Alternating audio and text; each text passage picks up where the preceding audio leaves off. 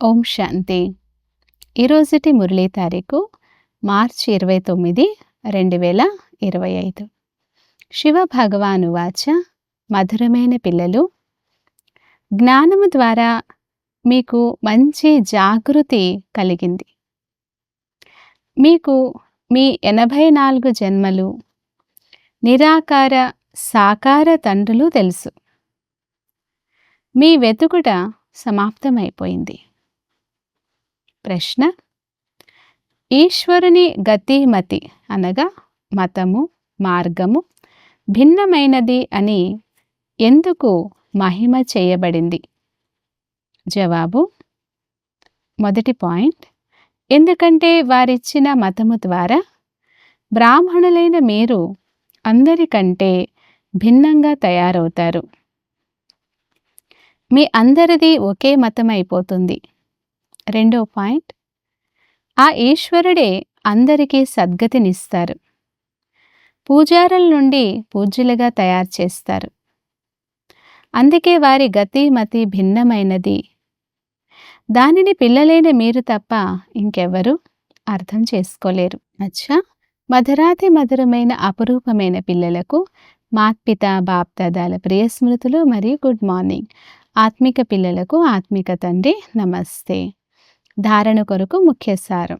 మొదటి పాయింట్, రచయిత రచనల జ్ఞాన స్మరణ చేసి సదా హర్షితంగా ఉండాలి. స్మృతి యాత్ర ద్వారా మీ పాత కర్మ బంధనాలన్నీ తొలగించుకొని కర్మాతీత అవస్థను తయారు చేసుకోవాలి. సెకండ్ పాయింట్, ధ్యానము సాక్షాత్కారాలలో మాయా ప్రవేశము చాలా ఉంటుంది. అందువలన స్వయాన్ని సంభాళించుకోవాలి. తండ్రికి సమాచారం ఇచ్చి సలహా తీసుకోవాలి. ఏ తప్పు చేయరాదు. వరదానము: మీ శుభభావన ద్వారా నిర్బల ఆత్మలలో బలాన్ని నింపే సదా శక్తి స్వరూప భవ. మీ శుభభావన ద్వారా నిర్బల ఆత్మలలో బలాన్ని నింపే సదా శక్తి స్వరూప భవ. వివరణ: సేవాధారి పిల్లల విశేషమైన సేవ ఏమిటంటే స్వయం శక్తి స్వరూపంగా ఉండాలి. అంతేకాక అందరినీ శక్తి స్వరూపంగా తయారు చేయాలి. అనగా నిర్బల ఆత్మలలో బలం నింపాలి. అందుకు సదా శుభభావన మరియు శ్రేష్ఠ కామనల స్వరూపంగా అవ్వండి.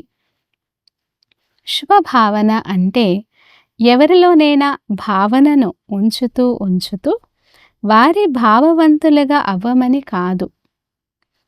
ఈ తప్పు చెయ్యరాదు. శుభభావన కూడా అనంతమైనదిగా ఉండాలి. ఒక్కరి పట్ల విశేష భావన కూడా నష్టకారకము.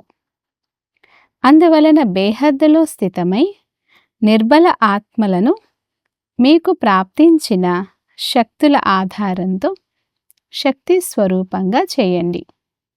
స్లోగన్: అలంకారము బ్రాహ్మణ జీవితం యొక్క సింగారము. అందువలన అలంకారులుగా అవ్వండి. దేహ అహంకారిగా అవ్వరాదు. అచ్చా, ఓం శాంతి.